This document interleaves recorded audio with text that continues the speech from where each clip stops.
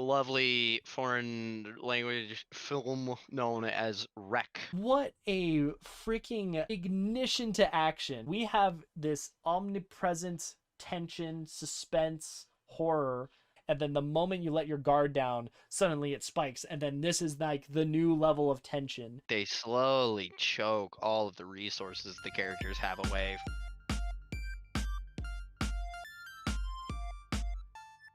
Hello, everybody. Welcome to Narratives and Nonsense. We are friends talking about random and recent stories, newsworthy or otherwise. My dear Connor, what's going on? What are you doing? What's happening? I'm coming at you from the Connor Cave as always. I had such a crazy week. I had to go to space and talk to Jeff Bezos, and there's a brunch with Leon, blah blah blah, Musk, and The Musk just himself. advising him on some things. But just Oh, you're the another one that told him to day in the pause woods. the Twitter deal, huh? Yeah, that was really me. I'm like, kids are calling this cat, man. I'm not liking the look of this. You gotta X-nay that. Man, I'm so glad that you're in charge of the Illuminati or the We're Freemasons or all, lizard people or what have I you. just, and if you want to know how I got there, I just kept killing people. I shot people until they gave me the title. So Sounds like some cutthroat business. So that's just business, baby. running the shadow government from Canada, how's the weather been up there? It's been pretty nice. It's spring up here, and spring is like a bunch of nasty rain and sometimes snowiness, but it's pretty good right now. So Okay, so you're supposedly it getting might some get worse moisture this and week, sun. but yeah. Sweet. As far as down here in Colorado, like it's been hot as balls, like proper. This next week we're supposed to be getting 80s all the way until Friday, where we might get some rain. And then April was the first month in like 20 years that we didn't get snow in April, something like that. That It's is been hot. insane. Like, It's oh my toasty. God. Yeah, yeah. It's a little dry. We could use some of that rainfall moisture you're talking about. But yeah, I mean, it's kind of nice to have sunny weather again, but at the same time, I'm a cold boy at heart. That's what I like. Like it's much easier for me to warm up than to cool down. You can only get so naked. You can only eat so many like popsicles or frozen treats before you're just done for. That's how I feel. Um, but yeah, outside of that, this last week was entertaining because my parents returned from abroad. They went on a couple weeks vacation. It's really like the first time that they've done that properly. So they were very happy and relaxed. And then this was during both Mother's Day and my mom's birthday. So yesterday I got to gift her some shoes, and I have to exchange one of them because I failed her sizing. And then what I printed off a couple of like unicorn things. Like there's a little decorative unicorn stand. I keep trying to make unicorns her thing, kind of like with my grandma, how Hmm. she has ugly chickens. We get her ugly chicken things. I think it's slowly working. And then I got her I printed a unicorn box. So it's just a little box with a head as the lid, and inside was a $50 bill. She was turning 45, so I went, "Hey, Dad, do you have a five?" He goes, Yeah." So I put both of them in, and then went, "Open sesame! Wow, you got a $50 bill. Oh, but you owe me $5. You're not 50 yet." And then I took the five out. And she cracked up. She thought it was fun. So thanks, Dad, for helping in that gag because I didn't have Jordan did not 45. give the 5 back. Yeah. It just made it clean. So that was really fun. That was precious. And then outside of that, what theoretically we'll be finishing Halo just after this recording tonight for Halo 5. And then what it's Infinite or Halo Wars is plural. I don't know what we're gonna do. I'm excited either way. Halo 5 has been rough. I think most of it comes down to I'm using an Xbox controller and it just doesn't compute in my brain. Mm, Because if it's console, it's gonna be like a Wiimote like weird thing, or it's going to be a PlayStation 2. The Xbox controller is just something different. And even then, for Yeah. first person shooters coming from mouse and keyboard, as was the case with the rest of the Halo series, that's been entertaining. And then what? We're slowly going through Kingdom Hearts 2. Oh my gosh, this last Wednesday, poor John, because I'm guiding his way through. Uh, we get to the part in Kingdom Hearts 2 where you go to Disney Castle and there's a door that you walk through and you go into black and white cartoon version of Disney, and Yeah. he Like was Steamboat Willie. so he was so fed up with it because time travel exists, and he was like, there's a good 15 minutes of him just being like, I'm so done. I'm done with this game. I'm done with this series. We've had to deal with like memory changing nonsense. Now I have to deal with time travel. That always ruins things. I'm like, John, if it makes you feel better, technically, we don't know about this yet, but technically, we've seen time travel, I think, 3 or 4 different times. So don't worry about it. It's no big deal. And he's like, what are you talking about? It's Kingdom Hearts, what a ride. And then what we saw Doctor Strange again. My Holy. family. For myself, it was the second time. For them, is their first. It's fun cheese. It's so good. I Oh. enjoy it quite a bit. Oh, Um, it's a great theater experience movie. right? So that's been entertaining. And then tomorrow, for those listening, or this coming Tuesday, uh, myself and John and Sizer and a couple of other friends were looking at doing like a group together stream thing. We have no idea what we're going to be playing, but that's something that will be entertaining. If you want to join in that, I'm happy to intro you and see who else is on board. I know Marcus was considering it, and then we have my buddy Kylie. She's out in Florida. She was looking at joining something like that. I have no idea what kind of thing we're doing because we're going to talk about that later today. But invitations for both you and for those listening. Yay. Uh, and besides that, I don't know. Do you have anything else fun to say, or are we going to jump into the news? No, I'm just boring and lame these days. Well, you're busy between both work and slowly adventuring, preparing for the great migration from the land of Yeah. Canada to the land of Coloradia. Amen. Cool. Well, transitioning into our news bit, this week, as far as like uplifting, fun, wholesome news stuff, we're going right off the deep end. We have what is one of the more precious things. There was a veteran nurse that served during World War II. She is celebrating her 100th birthday uh, in what is one of the best ways possible. She went skydiving at the ripe age of 100, and it's something where like some of the footage of her, because it's something where you're not skydiving alone, you have a professional that's got the parachute and the emergency chute and whatnot. Some of the footage, like not to be insultive of her, I mean, she is very old. It's something where as you age you get wrinkles and the like, everything is just pulled back on her face. She kind of looks like a muppet. It's really funny and cute, and it's so great because she gets Jordan down and she's like, confirmed ageist. Canceled. yeah, young people terrible, old people also terrible, only my age is what matters. Connor, You you're know what? you're okay, you're just a little younger. That's No, not that our bad. people our age also terrible. That's All true. people, Maybe you're it's all just people. terrible. Maybe Yeah, people are just bad. just The worst. Anyway, so this 100-year-old Raymond or Ramond or something. Anyway, she uh for her 100th birthday, she said that upon landing from her skydiving adventure, that it was quote unquote scary, but she was excited to come down to the ground finally. Like that's where she was. And apparently, she had planned to do this for 2 years because she was like, what'll I do for my 100th birthday? I've never been skydiving. All right, let's do that. Like, what a what a cool legend. old person. Like, it's on the bucket list. Might as well before I go. So that was probably one of the more entertaining, nonsensical, silly news bits. Outside of that, there's tons of fun stuff on the like techie kind of side of things.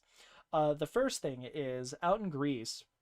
apparently they are doing test runs of three different plants where naturally with plants it's something where they extract minerals and the like from the ground and it'll show up in its leaves or in its stems or in its flower buds, whatever it is.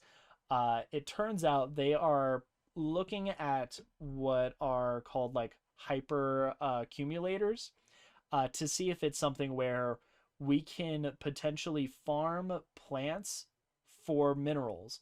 And when I say that, I mean like you have a crop that gives you iron or zinc or Uh, aluminum or nickel, like potentially even gold, that kind of thing. And that is insane to think about.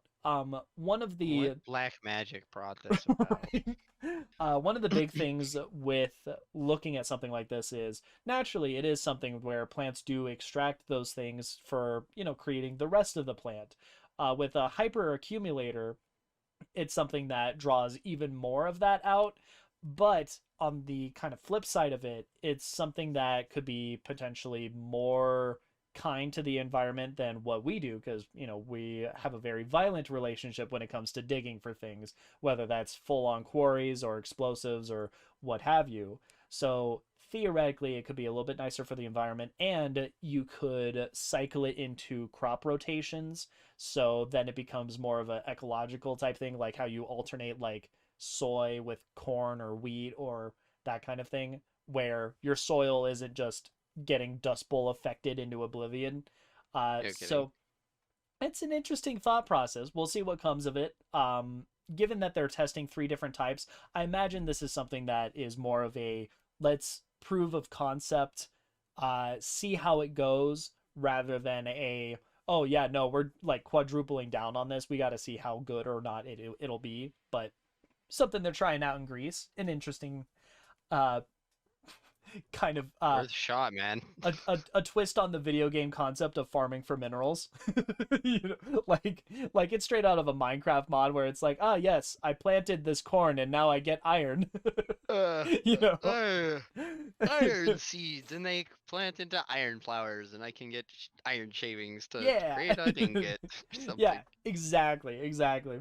The next thing that was interesting is apparently they have developed a skin cancer scanner of sorts where very similarly to how airport security scanners work, it's something that it only goes like a couple millimeters deep onto the skin. And right now, it's something that has somewhere between a 97 to 98% accuracy rate. And for the ones that they're proposing and working on, it's going to be like $100 for one of these scanners, which in terms of medical equipment is like nothing. The main goal with something like this, on top of it just being a little bit easier, it's also less painful for people that are going under skin cancer screenings, because usually it's something where if you have like a lesion or something, you have to biopsy it. You just have this massive wound that takes weeks to recover as they just take that chunk of flesh out to do experiments and tests on the cells. With this, they just basically go full sci-fi. Bloop, bloop. All right, cool. The area looks clean. You're good. Continue about your day. Especially given that uh, biopsies have gone up quite significantly. The article we were looking at, it's something like there's 30 biopsies for every one confirmed like instance of skin cancer. Uh, Hmm. Given Huh. how many times like it, you want to be prudent with your screenings, but given the amount of times that you have to go in to basically have a chunk of you taken out just to make sure you don't have cancer, this is a much less invasive process. It's a little bit easier, it's a little bit quicker, nicer, that kind of thing. So hopefully it's something that we're going to start seeing pop up all over the place. I mean, it feels straight out of sci-fi to me. It really is something. And then the last thing, as far as like weird techie stuff, out in Europe, it's something where the Ukraine-Russia war is continuing. It sounds like while Ukraine is pushing back, there's a weird side effect that has kind of come about the world sanctions against Russia, and that is rates for ransomware are down significantly. As to the potential causes as to why, it sounds like a large number of the ransomware attacks and the like were from specific like Russian hacker gangs, and the sanctions make it so that because Russia's kind of cut off from like international banking and the like, it's making it harder to move money to Russia, and thus anybody that would have been doing these like hacking attacks are also cut off from the world economy. So now it's like, cool, you ransomware somebody's computer and now you can't get paid a ransom for breaking their computer. So there's just no monetary incentive. Just so an interesting, weird, huh? Well, how about that? uh, so there you go. Your computers are now slightly safer. Make sure you update them, enable two-factor authentication, all that jazz. Be safe out there. And then finally, the two like Diversify your passwords. yeah, Keep them get one of those nice and small. encryptors, or Yes. like password Managers keepers, or managers. Yeah. And then for the final two like uplifting things, there is a teacher out in Brooklyn that goes by the name of Dicklandria or just Deco. Brooklyn, Brooklyn. Uh, this person set up a Brooklyn Debate League. It's just this nonprofit thing where the goal is to help get kids into debate leagues and tournaments with people like in the Ivy League tournament scene. It apparently managed to get one of his kids like a full ride through college, which it's such a big jump since that kid in particular was working in poverty. This is a way to kind of jump out of it. Apparently, this guy has sunk something like $6,000 of his own savings to try to get this thing going and to try to keep supporting the students. And somewhere along the line, a popular Instagram page managed to catch wind of it, and since then it's just completely caught fire. There's a full GoFundMe page that has now earned over 100 and it's $1,293,000. It's over that amount for their set goal. I mean, it is literally overnight, just suddenly this debate league has earned millions just because of the kindness of one guy. So that was incredibly cool, especially with, investing in the future of tomorrow type of thing. uh on the similar tangent, out in Texas at Wiley College, it's a historically black college. This year, the class of 2022 got a very shocking announcement at their commencement speech, and that is an anonymous donor has donated, has funded, has completely wiped away all of their debt obligations. They're debt free from their college in Fuck. entirety. And for to do that for like an entire class, like that really is absolutely life changing to all of those people without a shadow of a Easily. doubt. But in terms of like the monetary value, whoever this anonymous donor is, like praise be to you, you're awesome. The amount would total somewhere in like the $300,000 range easily, and it's just wiped out for all those people. Like that's such an insane burden, much less, all of the interest that would accumulate over time with it. I mean, he really has Oh just yeah. saved hundreds of thousands of dollars for all those students. It really is just absolutely wholesome. So cheers off to everybody involved. That's fantastic. And then carrying on from there, we'll go into our holidays for the day, segueing into what I think is the most appropriate with those news stories. We have do something good for your neighbor, whether that is your physical next door neighbor, or I would say, especially in the days of people being more remote and whatnot, if it's something that you can do something nice for your digital neighbors, if you have any friends out there or colleagues that you hang out with, doing something nice for Oh, those around, building community. pick up some trash off your neighbor's lawn. Yeah. Yeah, say hello. Like if you're a baker, bring some food. I am not. I'm absolutely not. No one trusts me with my cooking, please. Just that kind of thing. Very very nice. Following that, we also have Buddha Purnima, or Vesak Day. It is, I would compare it to the birth of Jesus and Christmas. It's that kind of a celebration, but for the Buddha, the Buddha's birthday. So another shout out for those that follow and pursue Buddhism and its spiritual enlightenment. So shout out for that. It is also Drawing Day and Sea Monkey Day. to Yay! fun like activities that uh, I know it was something where I remember having sea monkeys at some point in my childhood. I love drawing. I still draw to this day. I have whiteboards up my ass for D&D where I'm just doodling things all over the place. Uh, both of those are fun and much more near and dear, especially like for growing up. um, and then finally, this is the fun food bits. It is Mimosa Day, and it is also Coquille Saint Jacques Day, or Shell of Saint James, or Scallops Day. So I'm Nice planning on little going and getting some brunch scallops. combo. Yeah, And some exactly. mimosa. Yeah, Mimosas and scallops. that'll sell amazingly. Mm-mm-mm. Oh, Oh, beautiful. not Well, rich at all. well, following that, we'll get into the meat of today. Connor, what is it that we are going to be talking about? A lovely foreign language film known as REC, as in REC. Like recording. Yeah. Yes, like on the little thing of the camera. Yep. It Very, came out. very cool movie. Oh, it's I so had not good. seen. Jordan shared with me. Yeah, it came out in 2007. It was made out in Spain, so Spanish speaking.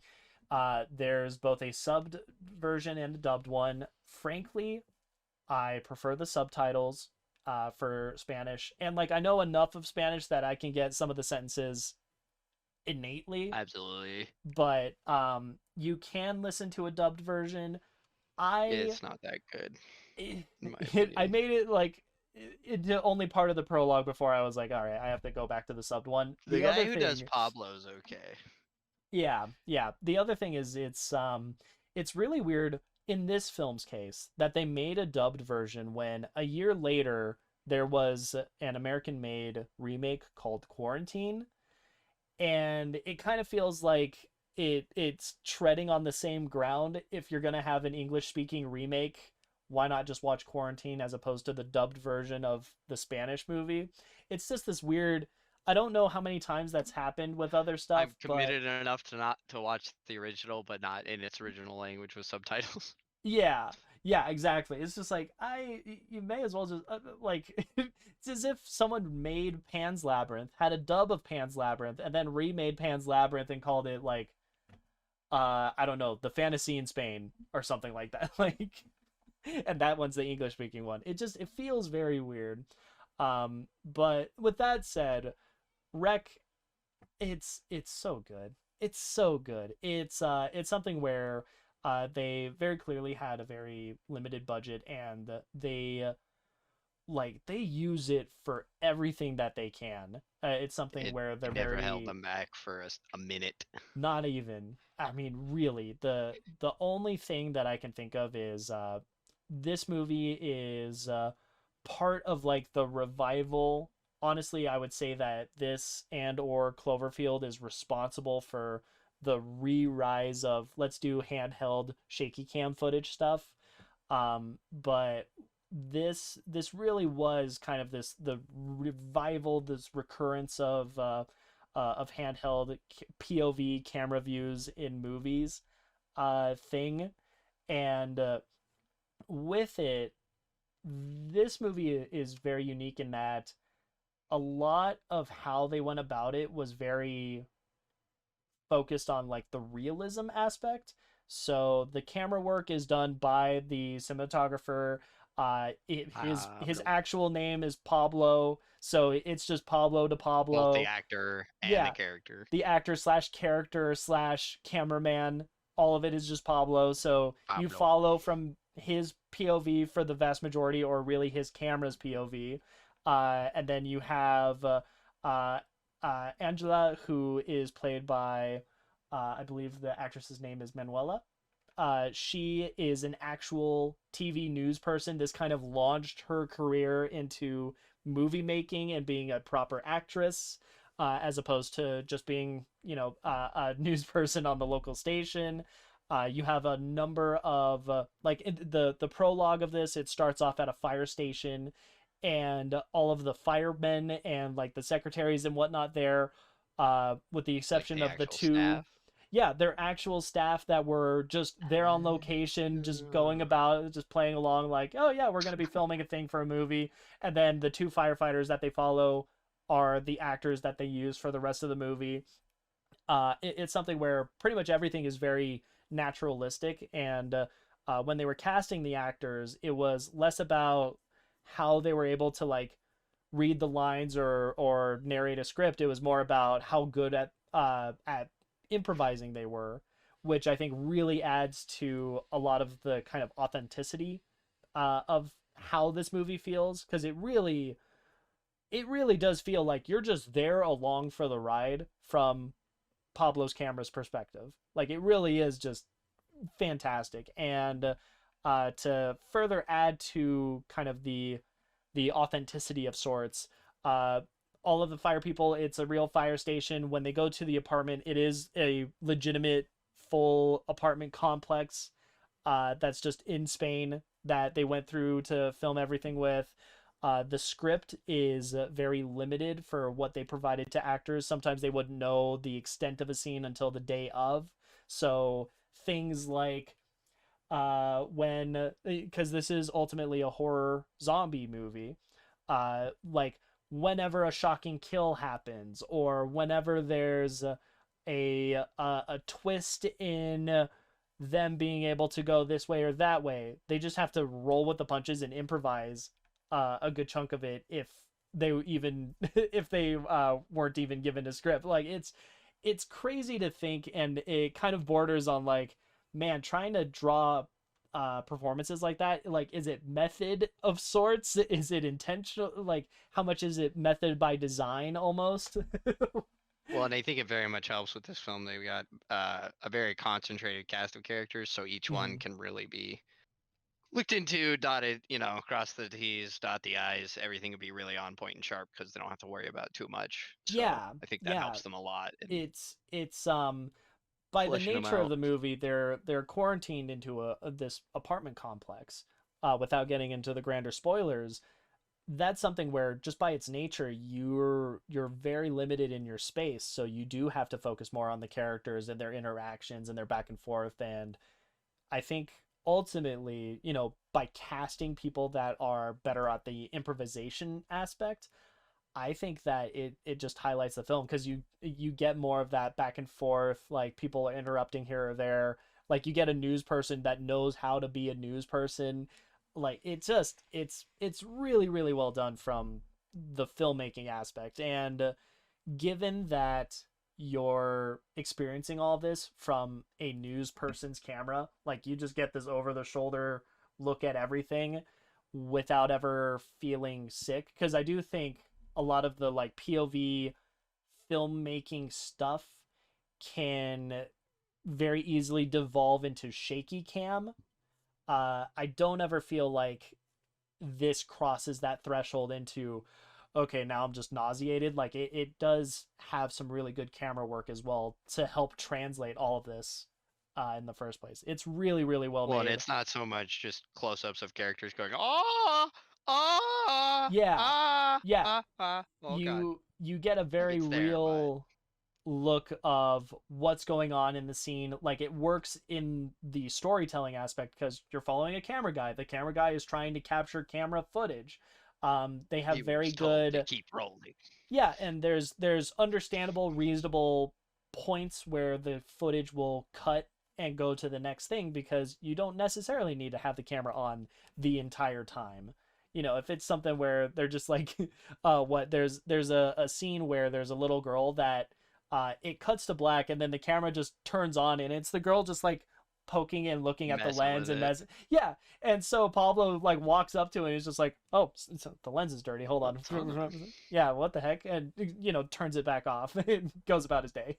Like you just get moments like that where it feels very authentic. It feels very found footage without devolving into shaky cam over exaggeration, motion sick nonsense. Because I remember with Cloverfield, there were a lot of people that got out of that movie that were like, oh, yo, oh. Oh, dude. Well, and they show you a lot more of the actual creatures in a good way in this film than that one did at the Yeah, initials part two. So a yeah, lot more variation what you're actually looking at. That's not just a bunch of scared people in a sewer for two Yeah. hours. No, that's very fair. They use their set and their characters effectively. Well, following from that, if you want to go see the movie, go and see it. It's awesome. I love this movie. I watched it because naturally this is a movie about people being quarantined during a contagious sickness. I watched this at the start of the big old pandemic. And boy oh boy was it a fun ride. I To highly recommend mentally it. prepare yourself. Yeah, really. Like that was kind of the thought. It was like, I don't know, week 2 or something of like things being shut down. I'm like, I'm going to pull up every movie that has to do with like zombies and quarantines cuz I feel like we can try to find some truths in these somewhere. I'm searching for answers. Uh it was uh it was quite a fun endeavor. So, go and watch it. If you don't see it, like if you're not leaving now, we're about to start talking spoilers. I'm giving you the count of 10, 9, 8, skippity doo, 6, 5. But really though, it's Snape fantastic. kills Dumbledore. Snape kills Dumbledore. No. All right, spoiler talk. So, I feel like the plot of this movie is very direct, which is very good.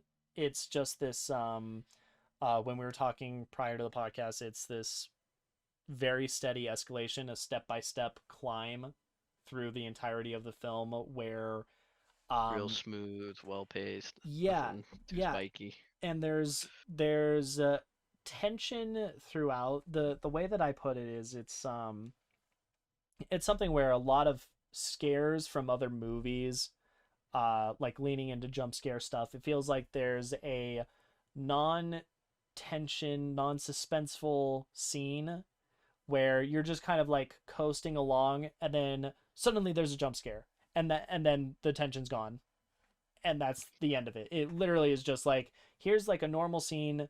There's not a lot leading up to the scare and then suddenly the scare happens and then it's almost non-consequential and you go about your day. With this movie, it feels it's like a full flip to the script kind of thing. It's a, okay, we have this omnipresent tension, suspense, horror that is happening. And you get like your couple of moments of like, okay, things are calm for a moment, we're trying to figure out what's going on, and then the moment you let your guard down, suddenly it spikes, and then this is like the new level of tension.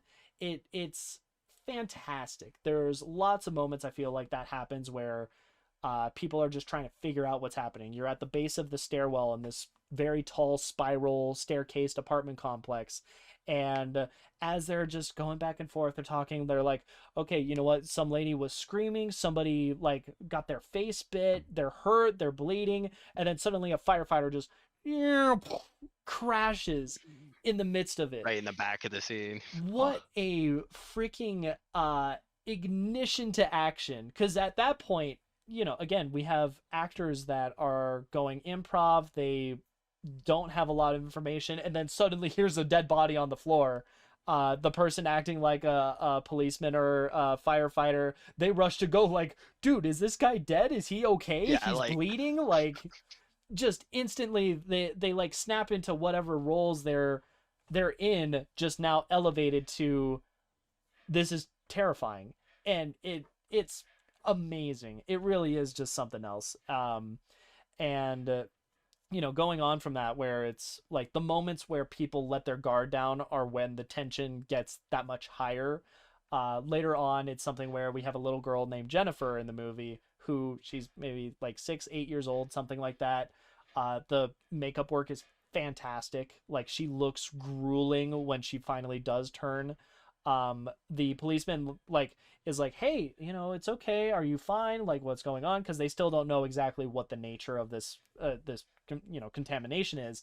And uh it's when he like stoops down to her level, nothing's really happening, he's like, okay, are you good, like he's very keeping his eye on the focus goal, whatever you want to put it.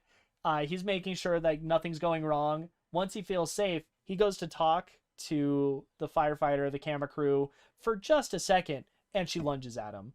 Like, it's just that momentary lapse in judgment, and then boom, that's it, you're done for. It just throughout the movie. And um It is uh very much classic zombie rules. You get bitten and you're screwed. yeah, yeah. And it to kind of carry on from that, something that you had mentioned in our like pre-talk, kind of dissecting of this movie, uh you mentioned that it because this movie is set around the premise of this TV show called While You're Asleep, something that Well, where I'm who watches it? uh yeah, right. That was such a good one liner.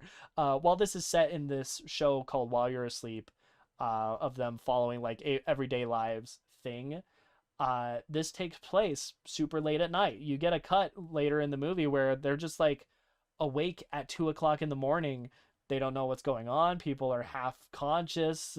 People are scared. They're not allowed to go up to their rooms for some reason. So everyone's kind of turning on the policemen and the firemen naturally because they're like, dude, you're supposed to be in charge of the situation. How come I can't like go back to what I was doing? I just want to go back to bed. That kind of thing. I have my rights. Yeah, and you Okay. get the slow devolving of them not trusting what's going on, and things getting more intense internally, as well as just the idea that it's 2 o'clock in the morning. They could just be legitimately tired as all hell. And so as things get worse, their decision making gets worse, and then their problems get worse, and each zombie that adds to the tally in this enclosed environment is just a bigger hurdle for them to overcome toward the end. Like it's It's a such very fun justification for some poor choices here or there, yeah, yeah. And but it works really well, which is nice. yeah, it's something that I think a lot of zombie related material, because this is 2007. This was, I would say, before the big rush of just zombie content all over the place, pre Walking Dead, Yeah, pre World War Z type stuff. This movie feels like it knew how to benefit from setting up that poor decision making process, because a lot of zombie movies, they have stupid decisions. It's something where just about every day in Walking Dead, like as a viewer, you're cutting around, they get in the car, they drive to go like get supplies, they go back, and when they're getting supplies, they just don't kill some of the zombies, and then it becomes a big problem. It's like, oh no, you're gonna dive into the zombie that you've been living in zombie world for like 8 years now. You should know how to like breach and clear a building and kill these guys if you're going you on a would think supply so. run. You know, it just it's something that as a viewer for a lot of that stuff, you watch it and you critique it, and in this, it's something where you're on board with the ride the whole way through almost, and you get to be a little bit more empathetic. I would say, I wouldn't say sympathetic. I think this is outright empathy, because you're kind Yeah, of very Pablo's much so. perspective. It's intense. It's really good. The other thing that I think, Also, technically, the yeah, Walking Dead comic came out in 2003. also fair. Yeah, I guess movie related It cinema, totally whatever. matters and very Yeah, relevant. zombies. You know, what was the first like zombie thing? Like 1960s is what, Day of the Dead, Walking, or whatever, Night of the Living So there was Dead. Night of Living Dead, and Yeah. then before that you had like White Zombie, Okay. and that was what inspired like Night of the Living Dead. Yeah. And then zombie as a term is like It's an old like a voodoo mindless servant in thing, witch doctor terms, if I'm correct. Because we as and that's very much the White Zombie is like that with like the people aren't dead; they're just under the control of a spell or whatever. yeah, yeah, which it's so weird how much that term has changed over time in pop Yeah, culture. it really was Night of the Living Dead. That's what kind of Yeah, gave us the strutting Walking Dead. yeah, yeah. So I guess, funnily, going from that kind of idea of it being originally this like possession, ritual, spiritual, religious type of thing, this movie does something very interesting in that at the end of the film, you go upstairs and you get recordings of this priest that's talking about having come from Rome and doing both scientific experiments as well as playing with like demonic possession, and how these two things are kind of this overlapping criteria or something like the cause of the zombies that's kind of implied on this movie and further expounded upon in other movies is there was this girl that was possessed by a demon, and the person was trying to cure it in a very scientific method. And so he's like, yes, I've isolated the enzyme responsible for demonic possession, but it's mutated now. It's like this contagious form. So I'm gonna do some more tests. I'm gonna try to cure this thing. And he goes, okay, I very clearly failed. I cannot cure this thing. I am going to execute the test subjects because this is not working at all. This is very, very bad. And the fate of the priest is left ambiguous, but probably not great because we have a zombie child in the attic that's like covered in blood and gory. It's not that graphic, but you get like a momentary jump scare that's just shit your pants worthy. Uh, and then you get It looks like this. a leper with all its limbs attached. Yeah, yeah, and then there's the very gangly woman who uh is revealed later to be the girl that this guy was The experimenting the on. original human The patient. one possessed by a demon. And you kind of get that because it's something where she, I mean, is this naked gangly thing, full on like creature work. They hired the skinniest actors they can to and just throw them into prosthetic makeup, kind of like the Pale Man in Pan's Labyrinth, going back to that with Guillermo del Yeah. Toro. It's that kind of thing where they went very Yeah, there was practical with like it. very little in-camera stuff. Yeah, Like it was and all like shot outside. with that, uh this creature, even though it looks super sickly, it's something where she just outright takes out Pablo at the end of this movie. Just again, it's the small errors that just make things that much worse. He accidentally like bumps into stuff. They chase after him, and she ends up just bashing his head in with a hammer. Uh, Somewhat off camera. I mean, you get a little bit of POV uh in this very dark uh corner of the of the ultimate apartment complex, the upstairs penthouse. Like a hatch drops down in the darkness. They end up going up into it, seeing what's going on. And finally you get what is probably, I would say, the most iconic shot of this entire movie, where you just have the last survivor. The camera's on the floor, and Angela, the news person who we started this whole adventure with, is just slowly trying to like crawl away, and then just gets whooshed into the darkness, and that's the end. No more. Yeah, it's so good. And the fact that they use the idea of there being the camera and having that be the light source. The light gets broken, and then it becomes all right, we're just going to look through night vision. It changes this environment to being very supernatural, alien-esque, just When it from the really way like it's they filmed. Yeah, slowly choke all of the resources the characters have away. yeah, First it's their allies, their everybody else. They start dying off, then they lose their light, then the camera, then Coblo goes down, and they start losing the camera, and it's just yeah, that yeah. That's a slow, just draining of everything out. that's a great way to put it. Is they really do choke every aspect, everything, every part of their toolkit that they could leverage against the zombies, just one piece at a time. It would be a Um, really vicious DM. yeah, yeah. Oh, it's fantastic. So, um, that's the short of the movie itself. There's also some other things like a little bit more outside of the movie. First is there is a remake, Quarantine, that came out here in the U.S. It did about as well as Rec did in terms of I'd box actually office say first it did budget. about a Um, lot worse when you think about it. Because like they you did said, it put a was like lot more money in. yeah, The first movie had a $2 million budget, and then a little over 30 for their box office. Quarantine had a $12 million budget and little over 40.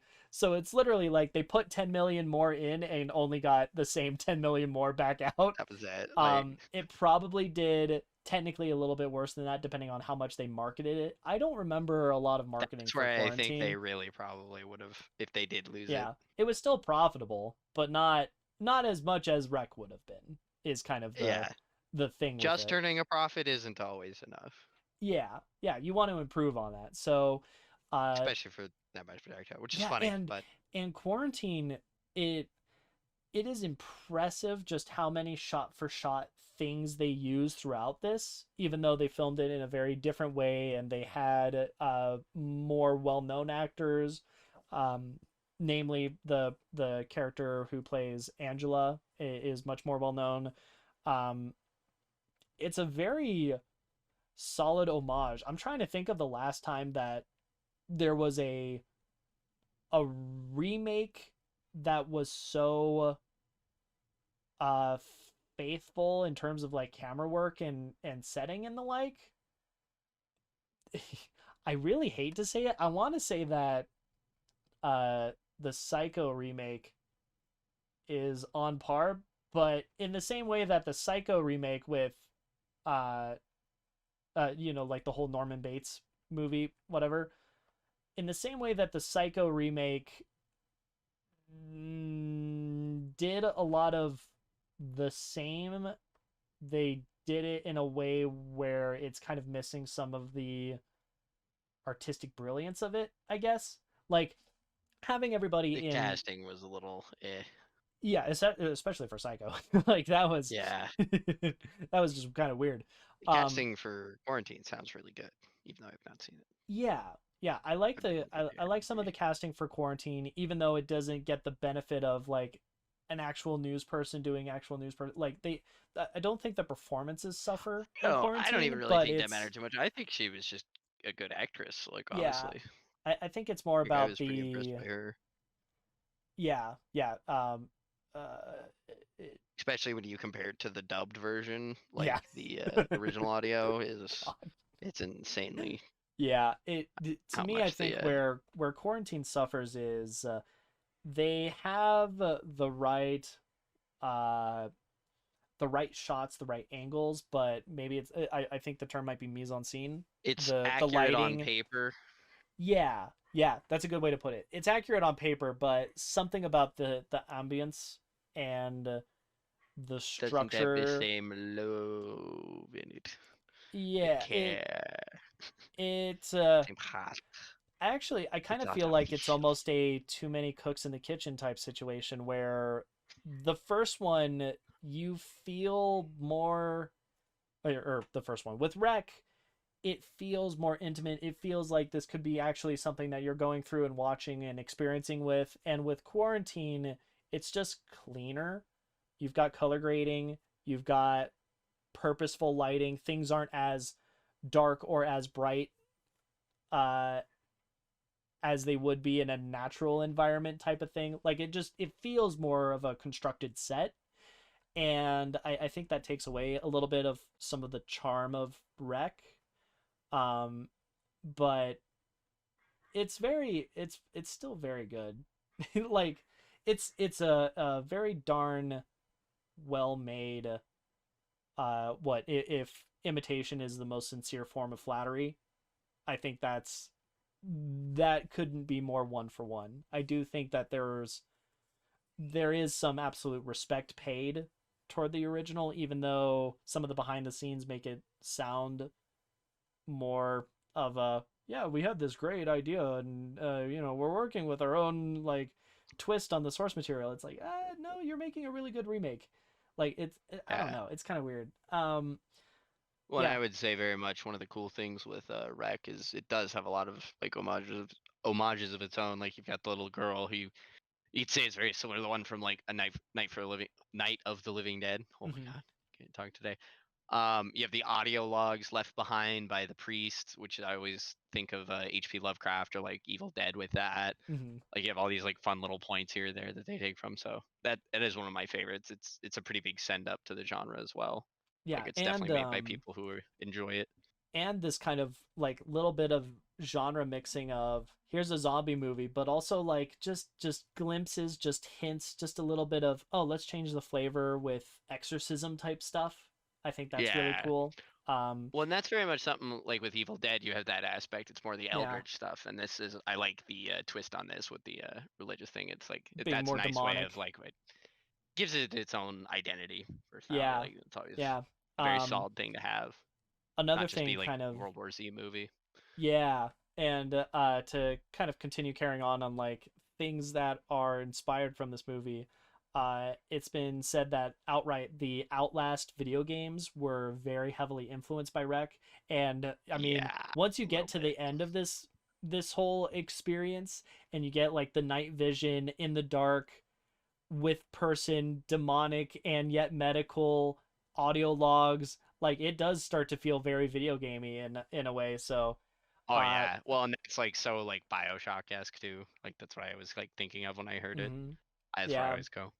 um Another couple of fun things as far as outside of the movie, um we mentioned that this is very, like, in a way, mythological adjacent, in the idea of like you're going through this apartment complex and it's almost like maze like labyrinthian, where a lot of the rooms, they do have unique traits, but they blend together very well. So it's very easy to get like disoriented in the midst of this kind of spiral staircase up to hell, essentially.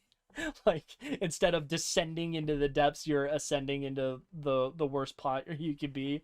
That was an interesting kind of thought we had.